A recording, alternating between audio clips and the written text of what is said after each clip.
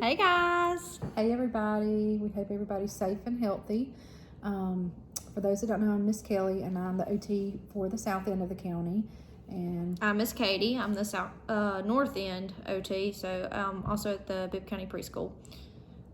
So we want to just touch base with you today, send out some videos of the activities that we'll be sending you. We'll be sending 2 packets. There'll be an April OT packet and a May OT packet. And we want to just kind of go through some of the activities. But if you have any questions or you need additional resources, we're available.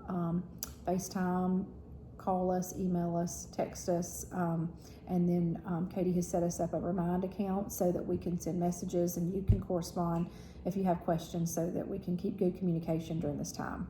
Yeah, keep in mind each packet is going to be a little different, so hopefully if you have any questions, remember you can comment it on Remind, and if someone else has similar questions, then it'll keep it, and it'll be a good collaboration hopefully between everyone. I'm sure everybody's having some of the same things going on at home, especially trying to do all of this work at home. It's everybody's off routine, and we know that, and we've got some good strategies for you at home as far as sensory regulation and hopefully giving you some strategies that's going to help with that work sent home from teachers.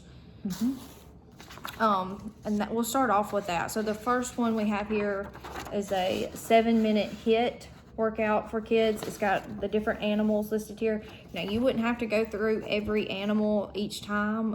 Keep in mind this is kind of like a warm-up activity, so either before you're doing our work or before you're doing work sent home by teachers, this is a good thing to kind of help get those wiggles out or help get your kid alerted if you are having trouble with just kind of that zoning out stare. You may just want to pick 3 and go through it. And again, this may not be in everyone's packet. If it's something you feel like you need or you want, just reach out and we can email it to you. Yeah, if you don't have it, we can get it. That's no problem. The next one is through a program that we use called the Sensational Brain. It's got 3 different levels, as you can see here: red, yellow, and green. So red are some calm down strategies, yellow are more kind of those just right, and green are considered more alerting. But now the way that we use this, you may have to kind of mix in a couple of the different ones. So if you've got that kid whose gears are spinning all the time and just can't sit still, you may want to do a lot of green.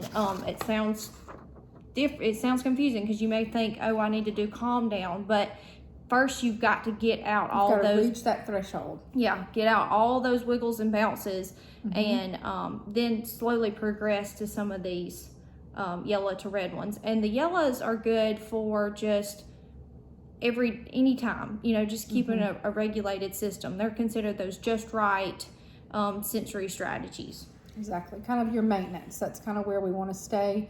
But then we have tools that if you need to, you've got tools at the bottom and the top to kind of help you reach what level. Yes, get back to whichever level you need to be on. Exactly.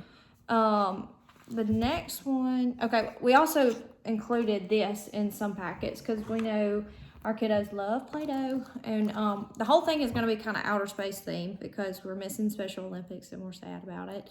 But these are just some fun little Play-Doh mats, and we've included some Play-Doh. And some have putty. It just depends, Yes, some may have Theraputty and some may have Play-Doh. But you can still use it for some of these same things. As you can see here, it's kind of shaped like a log. So what you want to have them do is take their Play-Doh, smush it out flat, roll it, get your hands working, kneading into the Play-Doh, and get them warmed up for your handwriting activities. You don't have to do all of these every time. You may just want to do 1 or 2 and then move on to handwriting. So first your sensory, then your Play-Doh or Theraputty, just getting those hands moving and warmed up, and then go into handwriting. And this is a good sensory activity too, just getting that deep pressure through your hands. This in itself can be very calming to prepare you for the next thing. So a lot of times, I know Katie and I both use this in our sessions to begin. Our kids just kind of know by clockwork what we do to kind of get ready for the next thing. They sort of expect it. So we wanted them to have that resource at home. We also included a little fidget band. My little boy likes to call it his wiggle worm. So before you're doing, or while you're doing your work sent home from teachers, or for us, it's kind of a good little fidget. Just sit there and squeeze it, pull it, stretch it, whatever you want to do. Work on tying it in a knot. this should be in everybody's packet. Then we also have some beans. We chose beans just because, you know, some of our kiddos like to eat anything and everything we see, and that's okay. That's we're working on pinching here, so Miss Kelly's got them in her hand. What I want to try to do is pick them up and get as many of them into my hand as I can. You can make this a race, get siblings involved and kind of have a little competition, but just working on those translation skills, so being able to hold more in their palm. You do it with both hands. Do your dominant hand and your non-dominant hand, because we want that bilateral coordination as good as we can. Another thing we have in here is just a little sticker page for visual discrimination. Here's your little sticker packets. They should have one to match each little shape on here. Most of our kiddos hopefully will be able to peel these off at this level of a packet, but if not, you can take them off and kind of stick them on the table next to them, so then all they have to do is pick them up and put them on the sheet.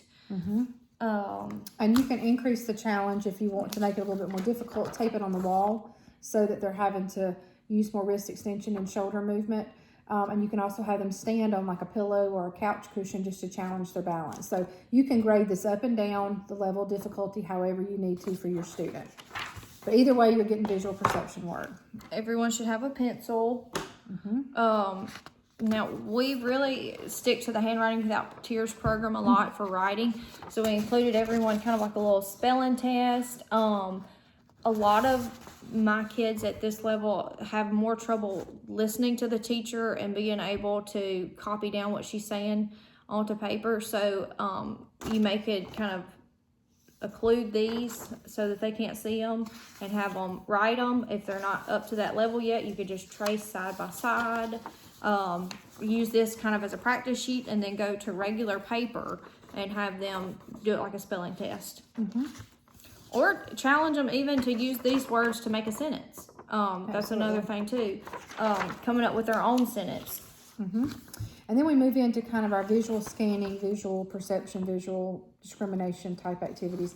This is kind of, it looks like a crossword, and it has you to scan and find the letters A through Z. You can, we talked earlier that you can take like your blue crayon or a marker, whatever, dot the A, and then that's what they use to color in all the A's blue then. Yes, and then go to the next letter. So it's a great scanning activity. It helps with reading and math and all those. And there's one for lowercase and one for capital. The next one is a mixed up word search. A lot of our kids have trouble with spacing, and those sentences that look like they just never end, it just keeps on going. So this helps with those skills, being able to see how difficult it is when we forget our space. And they're trying to find these words by scanning from left to right. If this is too much or too hard, you can take a just plain sheet of paper, only see one line at a time, break it down that way. Okay, this is working on spatial relations. There's going to be color blocks on the right side, and then the student, they need to look at it, and then you cover it up, and they remember what they saw, and they color in the corresponding blocks on the other side. If that is too difficult, you could cover part of it where they're only having to remember one line at a time. Yeah, one line at a time. Or if that's just too much, you can leave it and just don't cover it up, and they just have to duplicate what they see over there. And they do have a box of crayons in their packet as well. We chose the little crayons for a reason. It helps build that pincer grasp. So. So this activity, again, you can make it more difficult. You can make it easier. Just grade it on, you know, how your student, and some of it may be how your student's doing that day. It may be too much. Covering up may cause, you know, a little stress. Just grade it how you need to for them to have success. These are called copy half designs. So they'll see this on one side of the paper, and all you have to do is do the exact same thing on this side. So making it to where this side flips to that side. That may be a little difficult for some students. What you can do in that case, just you use a highlighter and do it, and then have them come back and trace over it.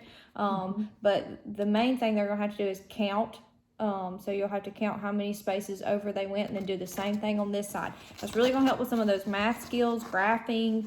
A lot of my kids have trouble lining up for addition, subtraction, multiplication. So that's helping build those skills. And we will have a highlighter in your bag also that you can use if you need to give your students any cues. A couple of different designs. Then we just wanted to challenge everyone to get, well, let me go on into this one first. Here we have some color by numbers. Again, there's a bunch of them in here. Don't feel like you have to do them all at one time, but we thought it would be fun and give them a chance to work on those math skills some more. If they're not able to figure out the addition and subtraction, you could just take your crayon where it says 7 is yellow and go ahead and make a little dot on there for them, and then just have them work on filling in, coloring within the lines. So you're still getting good skill work there. The rest of this is these grid palettes. So I know my kids are familiar with this. You'll see what you're supposed to copy on one side, and you'll do the same thing on the other, and they progress and get harder as you go. Again, you can make this more difficult by occluding it after they've seen it and see if they can remember what to do on the other side, or just leave it just like this. And then you'll have another set that's a little bit more difficult, and that's your last page of that. Then we're moving into some of the creative stuff that I just mentioned.